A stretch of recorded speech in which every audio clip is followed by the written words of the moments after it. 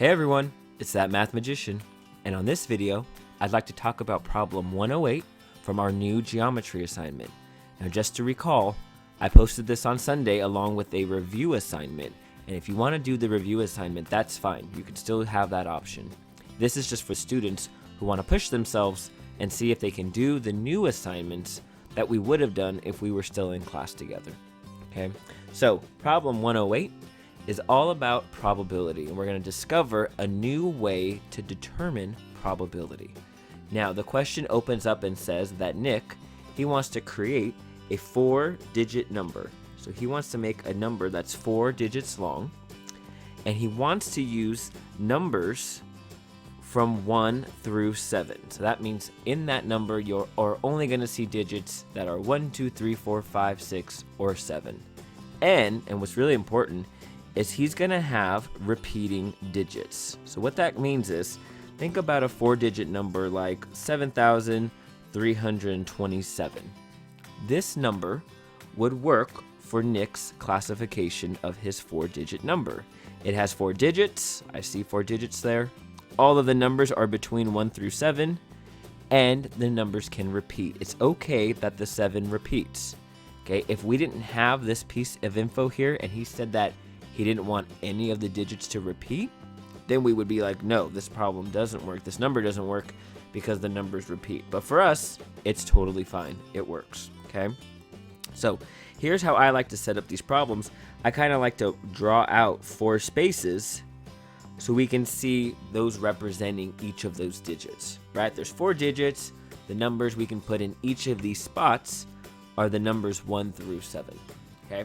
So the question asks, what is the probability that the selected number he chooses will be the number 2,763? We want to know what's the probability that he pulls that number. So the only way to solve this problem is to figure out how many 4-digit numbers using the numbers 1 through 7, and they can repeat, are there. And that's what we're going to discover today with this problem. So, for the first part, for part A, it says Nick started to make a systemic list of all the possibilities. But after the first few, he gave up. And then it says, what's the difficulty in trying to create a list? I want you to think about this. Let's think about what could be the first number that we create. Okay, remember, the numbers have to be 1 through 7, and they can be repeating. So you might start off your list like this. This is part A. And you might go, well, the first number he could create is 1111, right? All ones, they're all repeating. It's 4 digits. That works. You might think that the next number would be 1112. And then we could keep going with 1113 and 1114 and 1115. Right? We could keep doing this until we get to 1117. Now, I can't make the number 1118. Right? Because that would have the number 8 in there, and we're not allowing 8 to be in there. So at this point, I might move on and start doing, well, what about 1121 and 1122 and 1123? Hopefully you can see that this is going to be very, very tiresome to do. Right? This list, if we were to create this list, it would have a lot of entries, way too many entries. And it's going to be very cumbersome for us to list out all of these different possibilities. So for part A, we really don't want to create a list for this problem. Now, sometimes we do. In the past, we have created lists because sometimes they're feasible and it makes sense for us. But for A, a systemic list just doesn't make sense. A systemic list for this problem would have too many entries. Too many entries. It is not a feasible option for us because there's just way too many. You saw at the start that we're starting repeating, and there's so many options that we don't actually want to create a whole big list. It's just not going to work for us, okay?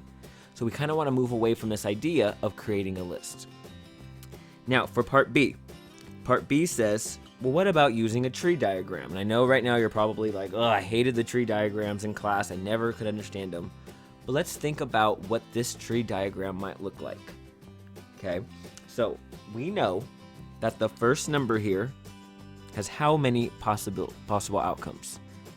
I want you to think about it for a sec. This number here, what are the possible numbers it can be? Well, it's the numbers between 1 through 7, so there are 7 different possible outcomes.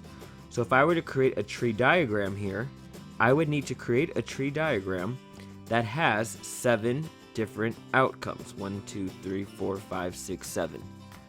Right? Where each of these numbers represents, each of these branches represents one of those different digits it can be.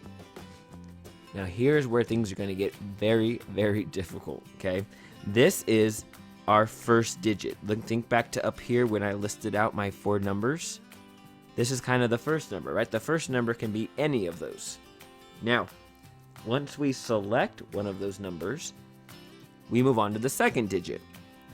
And for the second digit, if I had selected 1, and now I'm on the second digit, now I have 7 other options for my number, right? Because we're using the numbers 1 through 7.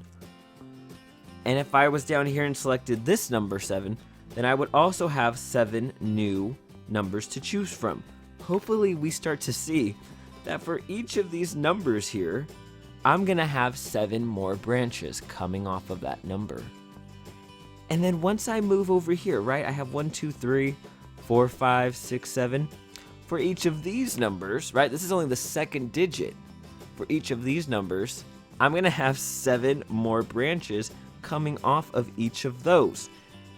And this tree diagram is gonna become way too messy. You're going to need like big heaping piles of construction paper to piece together this tree diagram. It's just not gonna work for us. So this is another example of a tool that we used to use in the past, right? We used to use tree diagrams to solve these problems. It is not going to work out for us. So for B, we want to make sure that we note that tree diagrams are not going to work.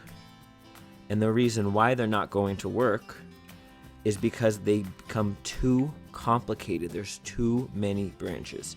Tree diagrams are not going to work, become too complicated. It just becomes a huge mess that we're not going to be able to identify what we want to find out.